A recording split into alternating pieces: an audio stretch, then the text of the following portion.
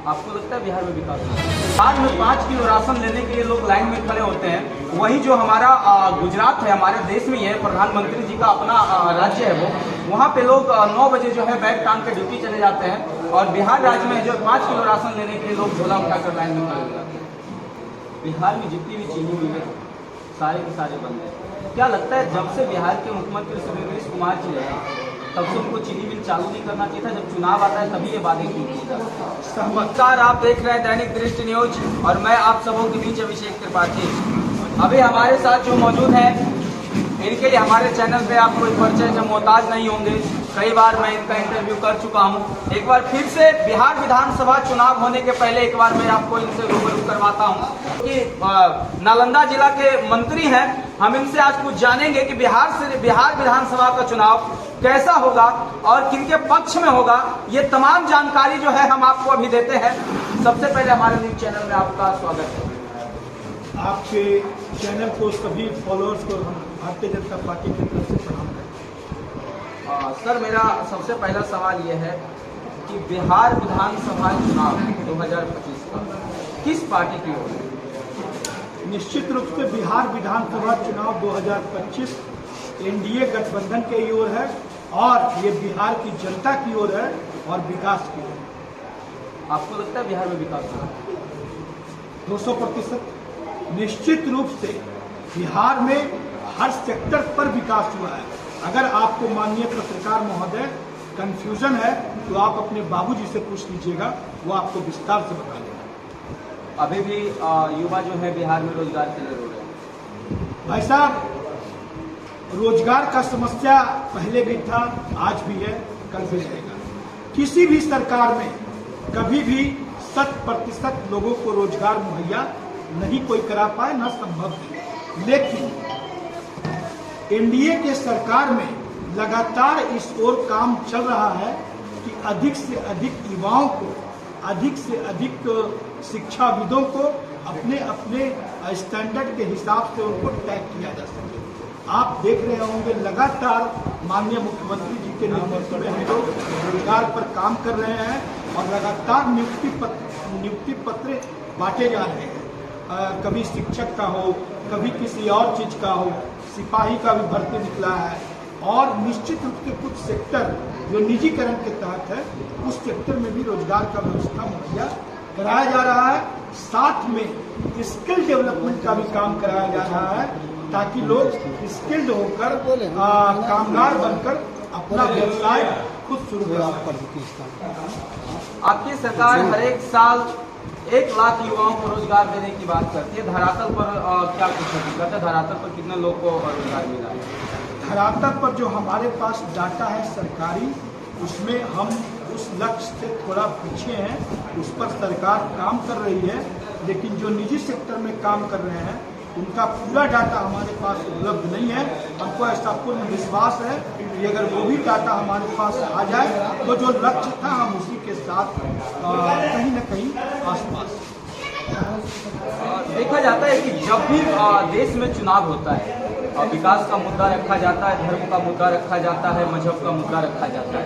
आज तक एक बार भी किसी पार्टी ने शिक्षा का मुद्दा नहीं रखा। क्यों? ये तो आप दूसरी पार्टियों से पूछिए। हमारी पार्टी का जहाँ तक सवाल है तो हमारे लिए मजहब कोई मुद्दा नहीं है, धर्म कोई मुद्दा नहीं है।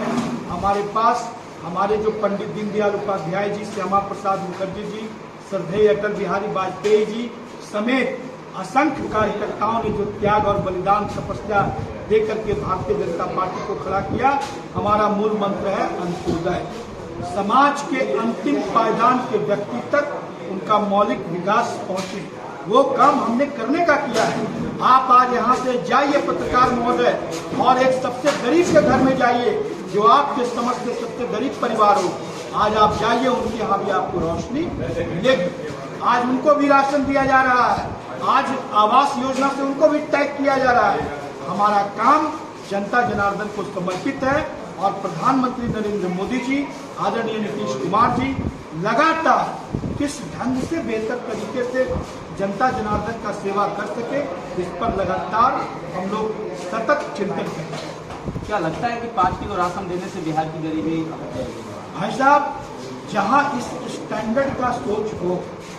विषय 5 किलो राशन नहीं है, विषय उन परिवारों का है जो परिवार अपने छोटे छोटे बच्चों को छोड़कर, हमारी देवी जैसी पत्नियों को छोड़कर कहीं काम करने जाते हैं। तो कम से कम 5 किलो प्रति व्यक्ति राशन मिलेगा तो भूखे रहने की तो नौबत नहीं आएगी। कारण हमारे भाई किसी कारणवश भट्ठा पर काम कर रहे हैं, चिमनी पर काम कर रहे हैं, दूसरे जगह काम कर रहे हैं, वहां कोई दिक्कत आ गई तो कम से कम घर में राशन तो रहेगा, घर में बल्ब तो रहेगा, घर में कम से कम चूल्हा तो जलेगा। तो इन मौलिक विषयों को सोचते हुए प्रधानमंत्री जी गरीब कल्याण योजना के तहत लगातार 81 करोड़ देशवासियों को मुफ्त राशन मुहैया करवा रहे हैं, और वो भी मुफ्त राशन मुहैया करवा रहे हैं डिजिटलाइज्ड ढंग से। One nation one ration, one nation one ration. अगर बिहार शरीफ का या नालंदा जिले का कोई भाई सिंहभूम में रहते हैं, झारखंड में रहते हैं, महाराष्ट्र में रहते हैं, छत्तीसगढ़ में रहते हैं, तो वहां उनको राशन मिलेगा। डिजिटलाइज्ड हो गया है, आधार कार्ड टैग हो गया है। अब चिंता की बात, सोचने की बात नहीं है कि बिहार में 5 किलो राशन लेने के लिए लोग लाइन में खड़े होते हैं। वही जो हमारा गुजरात है, हमारे देश में ही है, प्रधानमंत्री जी का अपना राज्य है वो, वहाँ पे लोग 9 बजे जो है बैग टांग के ड्यूटी चले जाते हैं, और बिहार राज्य में जो 5 किलो राशन लेने के लिए लोग झोला उठाकर लाइन में खड़े होते हैं। देखिए ऐसा है कि बिहार में जो समस्या को आप जिक्र कर रहे हैं, तो आप एक बीमारी को जानिए, कैंसर। जब एक बार कैंसर हो जाता है तो बहुत समय लगता है उसको खत्म होने में, जानलेवा बीमारी है। ये जो जंगल राज वालों ने पति और पत्नी मिलकर जो सरकार को चलाए, और उससे पहले जो सरकारें थी, केवल एक नेता का हम सम्मान करते हैं, भारतीय जनता पार्टी सम्मान करती है, वो थे श्रद्धेय कर्पूरी ठाकुर जी। उनके अलावे जिन लोगों ने भी सरकार चलाई, वो लोग बिहार के प्रति न्याय नहीं किया। उन लोगों ने बिहार को सही विकास की दिशा नहीं दी। यही कारण है कि एनडीए सरकार जब जब बिहार में बनी, लगातार कल कारखाने को विस्तृत करने का काम चलता आया। आप जानते होंगे कि हरनौत में रेलवे कोच फैक्ट्री है, आप जानते होंगे कि राजगीर में आई फैक्ट्री है, आप जानते होंगे यहाँ सुधा का प्रोजेक्ट है, और आप ये भी जानते होंगे कि आने वाले समय में कई प्रोजेक्ट पर काम चल रहा है। खुद मुख्यमंत्री नीतीश कुमार जी ने बताया है कि यहाँ एक IT हब बनाया जाएगा, जिससे कि चूंकि समय में बदलाव आ गया, पहले लोग हाथ से काम करते थे, अब लोग माउस चलाते हैं, अब लोग IT पर काम करते हैं। तो निश्चित रूप से मुख्यमंत्री जी इस दिशा में काम कर रहे हैं। डबल इंजन की सरकार में बिहार में IT हब बनना तय है। अच्छा, बिहार में जितनी भी चीनी मिले सारे के सारे बंद हैं। क्या लगता है जब से बिहार के मुख्यमंत्री श्री नीतीश कुमार जी रहे, तब से उनको चीनी मिल चालू नहीं करना चाहिए था? जब चुनाव आता है तभी ये वादे क्यों किए जाते हैं? सहमत, 100% सहमत। और अभी जो ये बात हम बोल रहे हैं, ये कार्यकर्ता होने के नाते, ये जनता होने के नाते हम नीतीश कुमार जी से भी आग्रह करेंगे कि वो पूरा ध्यान फोकस करें रोजगार पर, और पूरा ध्यान फोकस करें चीनी मिलों पर।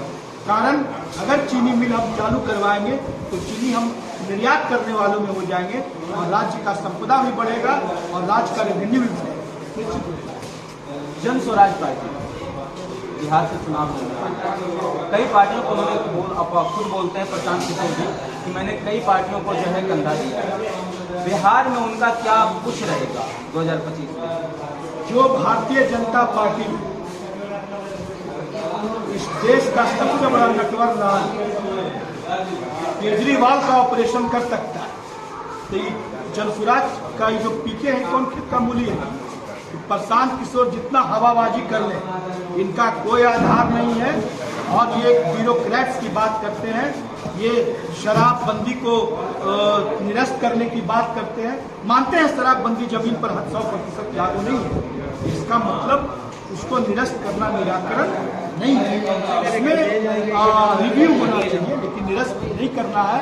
और एक लाइन में जो कंधा देने की बात करते हैं, विश्वास करिए नवंबर में जब चुनाव परिणाम आएगा तो ये प्रशांत किशोर खुद रोजगार की खोज निकल जाएंगे, इनका कहीं कोई अता पता नहीं है। ये तो दिसंबर महीने से ही बोल रहे हैं कि जो बिहार के गरीब बच्चे हैं उनको हम प्राइवेट स्कूलों में पढ़ाई देंगे, पेंशन बढ़ाने की बात कर रहे हैं।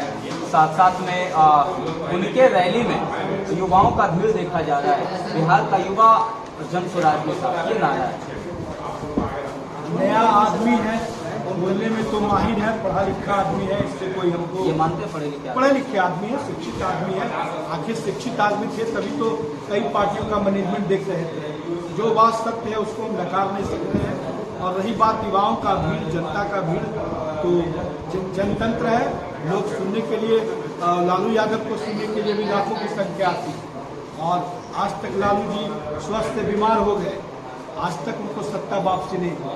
तो भीड़ होना एक चीज है, फॉलोअर होता है सोशल साइट पे कई करोड़, अब वोट आता है सैकड़ा भी नहीं आता है। इसलिए यथार्थ जो जमीन पर बात है, जमीन पर जो पसंद है, आजकल सर्वे चल रहा है, पीके पहली पसंद, तेजस्वी यादव दूसरी पसंद, तेजस्वी यादव पहली पसंद, पीके दूसरी, सब मनगढ़ंत है, ये सब फैब्रिकेटेड है। बिहार के मुख्यमंत्री नीतीश कुमार जी आज भी ट्रेंड कर रहे हैं, सबसे बेहतर मुख्यमंत्री हैं और उन्होंने न्याय के साथ बिहार में विकास करने का काम किया है। और भारतीय जनता पार्टी एनडीए गठबंधन माननीय नीतीश कुमार जी के नेतृत्व में चुनाव में जाएगी और हमें पूरा विश्वास है कि जनता के आशीर्वाद के साथ पूर्ण बहुमत की सरकार पुनः बनाएगी। चिराग पासवान 243 सीटों पे चुनाव लड़ेंगे आपकी सरकार में। देखिए, हम लोग के एनडीए गठबंधन में कई पार्टियां हैं, हम हैं, रालोमो है, उपेंद्र कुशवाहा जी की पार्टी है, आपके चिराग पासवान जी की पार्टी है। तो इन विषय पे शीर्ष नेतृत्व अभी बातचीत कर रही है और हम समझते हैं सब सुलझा लिया जाएगा।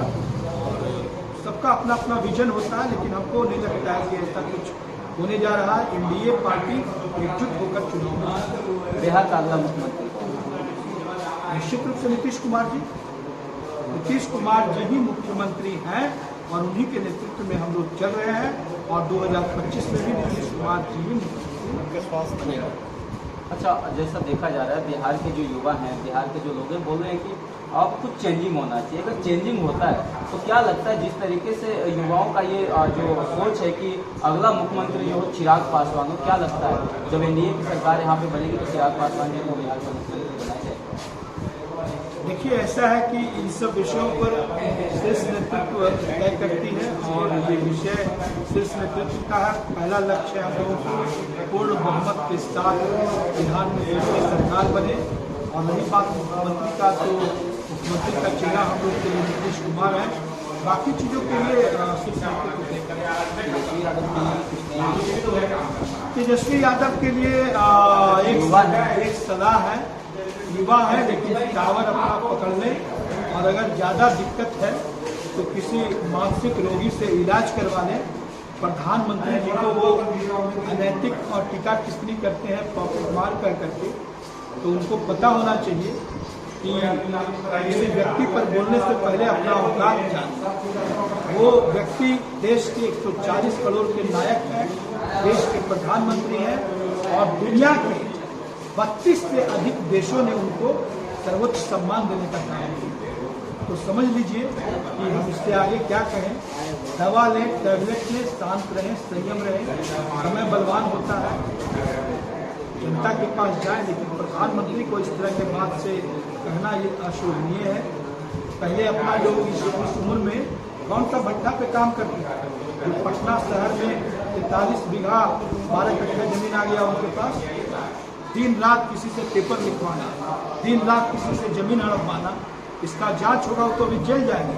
उनको पूछिए तेजस्वी यादव जी को, उनको पता होना चाहिए। उनका पूरा परिवार जमानत था, पूरा परिवार। लेकिन हम लोग बार बार जिक्र इसका इसलिए नहीं करना चाहते हैं, अच्छा नहीं लगता है। लालू जी का हम लोग बहुत अभिनंदन करते हैं, उनको हम लोग गार्जियन के रूप में मानते हैं।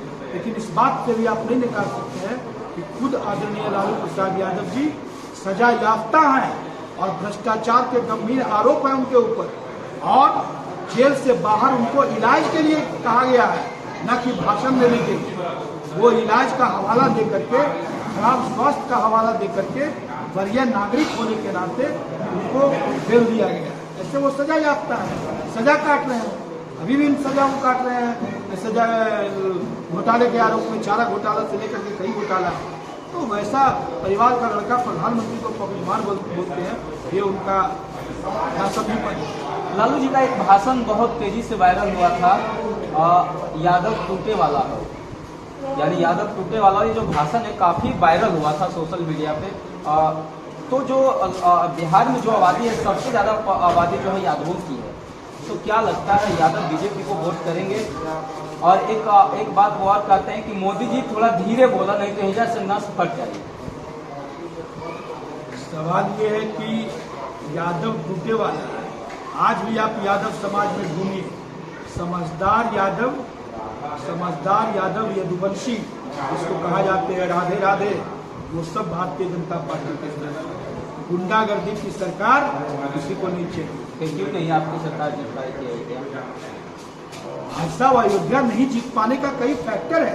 आप अयोध्या घूमिए, वो लोग कंफ्यूज किए गए, उन लोग को लगा कि जमीन हड़पा जा रहा है, मकान हड़पा जा रहा है। अब अयोध्या वासी जो है अफसोस कर रहे हैं। देखिए बाई इलेक्शन का परिणाम होने वाला है 2026 में, उत्तर प्रदेश का चुनाव 2027 में, सॉरी। देखिए फिर से हम सरकार बनाएंगे। अयोध्या नहीं जीत पाए और वहाँ के माननीय सांसद भी बाई इलेक्शन में रो रहे थे, भेसलिन लगा करके और बीच लगा करके। क्या बाई इलेक्शन में जीत गए? क्या नेता समझ लिए हैं? इसलिए ऐसा कुछ नहीं है। उन लोगों को कंफ्यूजन हुआ योगी जी के बुलडोजर मॉडल से कि हमारा भी घर गिराया जा सकता है, हमारा भी घर को नुकसान होगा। तो इस वजह से कहीं न कहीं इसके हम शिकार हुए और जो वोट हमको मिलना चाहिए था जनता जनार्दन का, वो नहीं मिल पाया। फिर भी विनम्रता से हम जनादेश को स्वीकार किए और अब जनता जनार्दन समझ गई है कि विकास का काम जो किया गया उनके बेहतरी के लिए। एक आखिरी सवाल है आपसे सर, कि बिहार के मुसलमान किसके पक्ष में? देखिए बिहार के अल्पसंख्यक वर्ग का जहाँ तक विषय है, मुसलमान भाइयों का, तो जो समझदार हैं, बुद्धिजीवी हैं, जो पढ़े लिखे हैं, जो अच्छे व्यवसायी हैं, वो निश्चित रूप से एनडीए के साथ हैं, भारतीय जनता पार्टी के साथ हैं। लेकिन कुछ जिनका विचारधारा आज भी कहीं न कहीं पाकिस्तान प्रेरित है, कहीं न कहीं कहा जाए कि भटका हुआ है, उन लोग यत्र तत्र वोट करते हैं, ठगे जाते हैं। हम लोग को वोट बैंक बना करके ठगा जा रहा है, आगे भी ठगे जाएंगे। चलिए बहुत बहुत धन्यवाद आपको, जो कि आपने हमारे चैनल पर इतना कीमती समय दिया। 2025 विधानसभा चुनाव के बारे में हम आपको लगातार इसी तरीके से वो हर एक खबर दिखाते रहेंगे। जुड़े रहिए हमारे न्यूज चैनल के साथ, कैमरामैन चैनल के साथ। मैं अभिषेक त्रिपाठी, बिहार शरीफ नालंदा।